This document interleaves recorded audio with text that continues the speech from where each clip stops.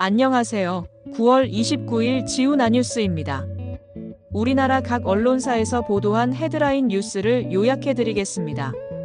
먼저 가장 많았던 국가정보자원관리원 화재에 대한 보도들입니다.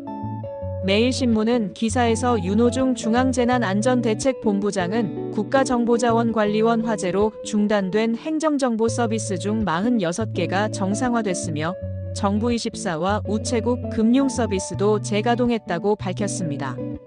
전소된 96개 시스템은 대구센터 클라우드로 이전 복구를 추진 중이며 약 2주가 소요될 전망입니다.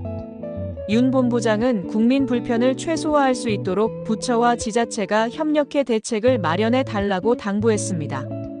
대구 MBC는 대전 국가정보자원관리원 화재로 647개 서비스가 중단돼 국민신문고, 국가법령정보센터, 온나라 시스템 등 96개는 직접 피해를 입었고 나머지 551개는 보호를 위해 가동이 멈췄습니다. 정부24, 나라장터, 무인민원 발급기 등 주요 서비스도 여전히 중단됐으며 복구는 중요도에 따라 진행 중입니다. 정부는 대구센터 클라우드존에 시스템을 새로 설치하기로 했으며 완전 복구에는 최소 2주가 소요될 전망입니다. YTN에 따르면 국가정보자원관리원 화재로 중단됐던 우체국 금융서비스가 재개돼 편지와 소포 발송이 가능해졌습니다. 그러나 착불소포, 안심소포, 신선식품 배송 등은 여전히 중단됐으며 미국행 국제 특급 우편과 우체국 쇼핑도 이용할 수 없습니다. 추석을 앞두고 배송 지연이 불가피해 우체국은 고객에게 안내 문자를 발송하며 양해를 구하고 있습니다. 뉴스1에서는 국가정보자원관리원 화재로 행정 전산망 마비가 나흘째 이어지며 주민등록등본 발급, 전입신고, 임대차 계약신고 등 민원 업무에 큰 불편이 발생하고 있습니다. 정부24와 우체국 금융 등 일부 47개 서비스는 정상화됐지만 전소된 96개 시스템은 대구센터 클라우드로 이전해야 복구까지 시간이 걸릴 전망입니다. 휴머니즈는 대전 국가정보자원관리원 화재로 중단된 647개 시스템 중 정부24, 우체국 금융, 디지털 원패스 등 47개 서비스가 복구됐습니다. 그러나 전소된 96개 시스템은 대구센터 클라우드로 이전해 복구해야 하며 시간이 더 필요합니다. 정부는 불편 최소화를 위해 전담 지원반을 운영하고 단계적으로 정상화를 추진하겠다고 밝혔습니다. 서울신문에서는 이준석 개혁신당 대표는 전산망 마비 사태와 관련해 정치 공방보다 실질적 대책이 필요하다며 국가기관 서비스의 지리적 이중화와 삼중화를 촉구했습니다. 그는 전산망을 지역별로 분산 구축해 안정성을 높여야 한다고 강조하며 이번 사태가 디지털 인프라를 점검하고 강화하는 계기가 되길 바란다고 밝혔습니다. 조선일보는 대전 국가정보자원관리원 화재로 전산망이 마비되면서 한국도 미국처럼 공공 분야의 민간 클라우드를 적극 도입해야 한다는 지적이 나오고 있습니다. 미국은 CIA와 펜타곤까지 민간 클라우드를 활용하지만 한국의 도입률은 11.6%에 불과해 이중 안전장치 마련이 필요하다는 목소리가 커지고 있습니다. 연합뉴스는 국가정보자원관리원 화재로 중단된 647개 행정정보 시스템 중 정부24, 우체국, 금융 등 47개 서비스가 복구됐습니다.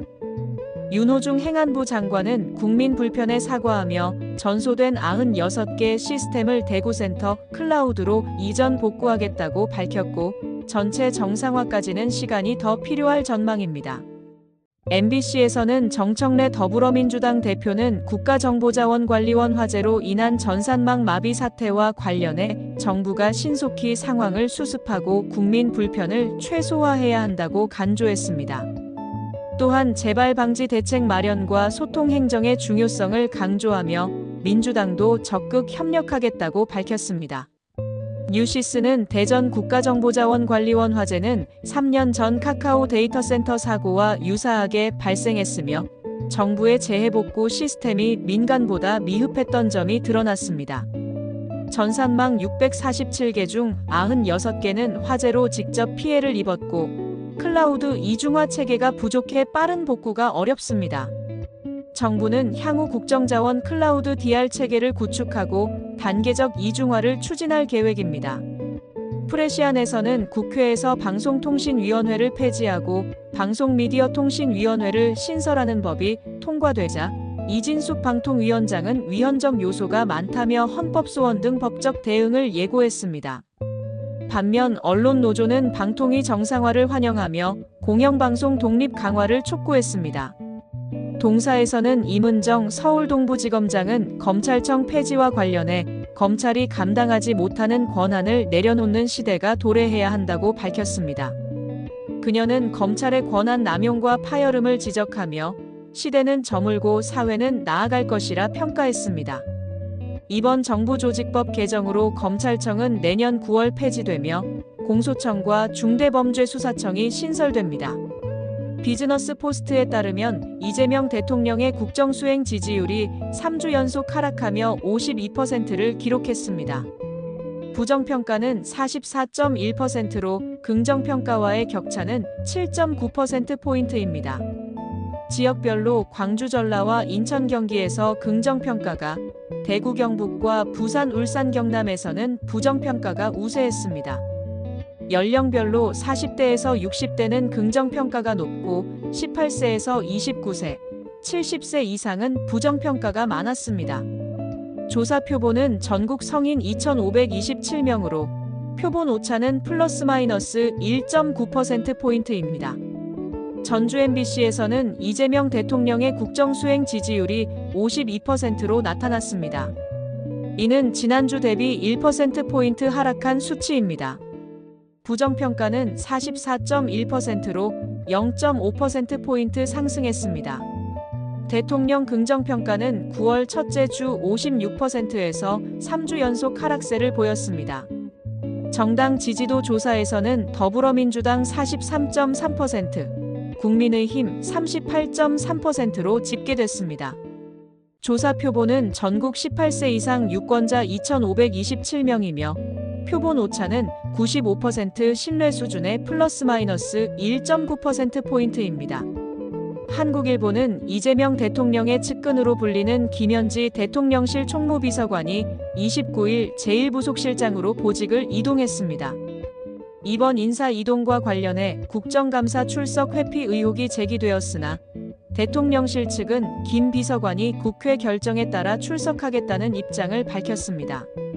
제1부속실장은 대통령을 가까이에서 보좌하는 역할을 맡으며 기존 제1부속실장 김남준은 대변인으로 이동했습니다. 대통령실 대변인은 강유정, 김남준 2인 체제로 운영됩니다. 강원도민일보는 서울시는 국내 최초 친환경 선박 한강버스가 정식 운항 10일 만에 중단된 것과 관련해 29일 공식 사과했습니다.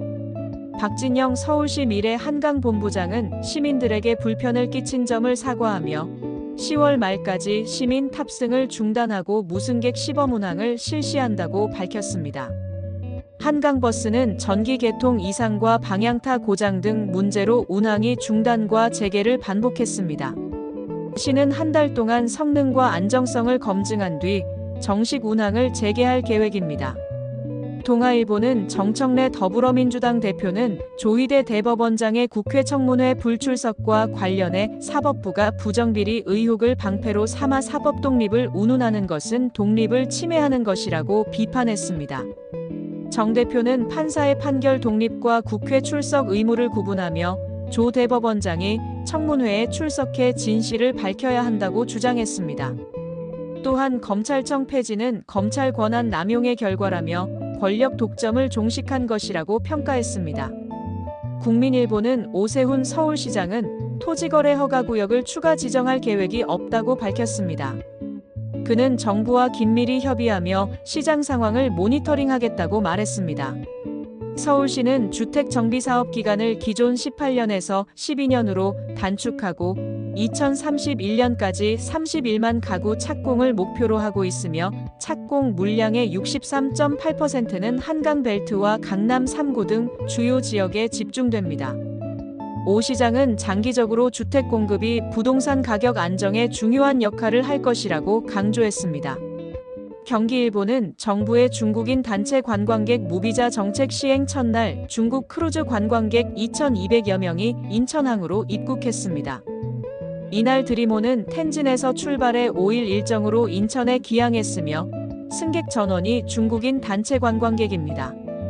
인천시와 인천항만공사인 IPA는 관광상륙 허가제를 적용해 72시간 무비자 입국을 허용하고 관광객을 대상으로 지역 먹거리 체험과 공연, 상품 판매 부스 등을 운영했습니다.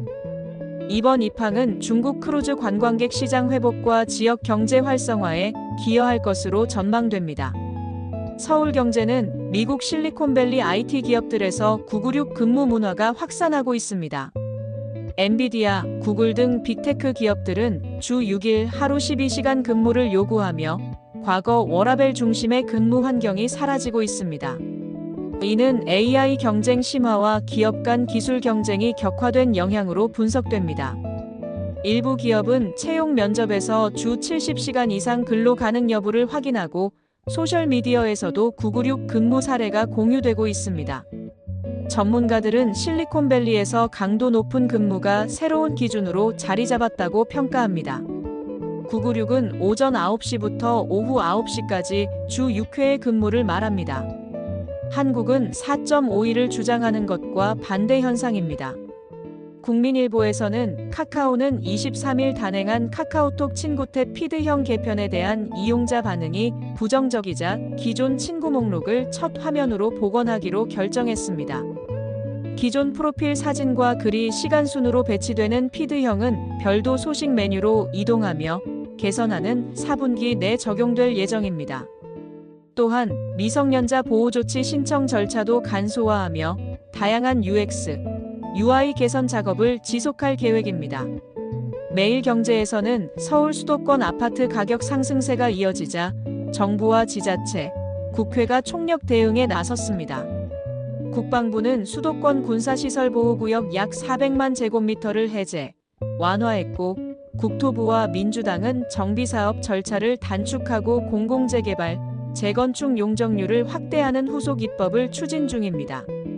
서울시는 신속통합기획 2.0으로 2031년까지 31만 가구 공급 계획을 발표하며 주택 공급 확대와 규제 대응에 나섰습니다. 이상으로 9월 29일자 뉴스 요약을 마치겠습니다.